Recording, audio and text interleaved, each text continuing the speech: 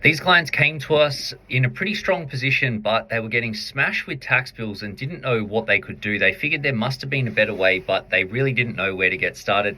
And because they were super time poor, money was one of these things that kept slipping down their to-do list for a tomorrow that never seemed to come around. These guys put some moves into place that created a 50K annual upside. So I wanted to unpack what they did so that you can learn. So this was a couple in their early 40s. They had a combined household income of 360K, saving $5 grand a month. They had a home, had about $1 million of equity in it, and 450K in cash savings. They were frustrated by the fact that they had no real investments outside of their home, and they felt like they were saving strongly, but they knew that there was more potential there.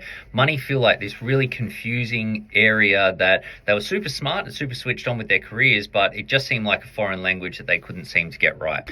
After going through the planning process, what they chose to do was to follow a debt recycling strategy where they cleared out $400,000 of their mortgage, made it into tax deductible, creating some nice tax deductions and building a nice investment portfolio at the same time. And on top of that, they used their equity to purchase an investment property so that they got some further tax benefits as well as some growth upside on the property.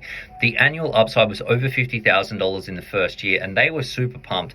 But when we got into it, that these guys had actually been in conversation with us for a 4-year period where they'd reach out, then work would get busy, life would get busy, family would get busy, and they kept putting it off. So when they ultimately did it, they started doing the sums and realized that that 50 grand a year is something they could have been getting for 4 additional years. So they missed out on 200K.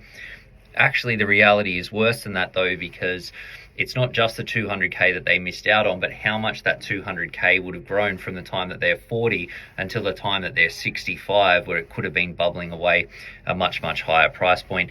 That's why money is one of these things that it's important, but not urgent. You need to make it urgent so that you can take full advantage and actually achieve your financial potential.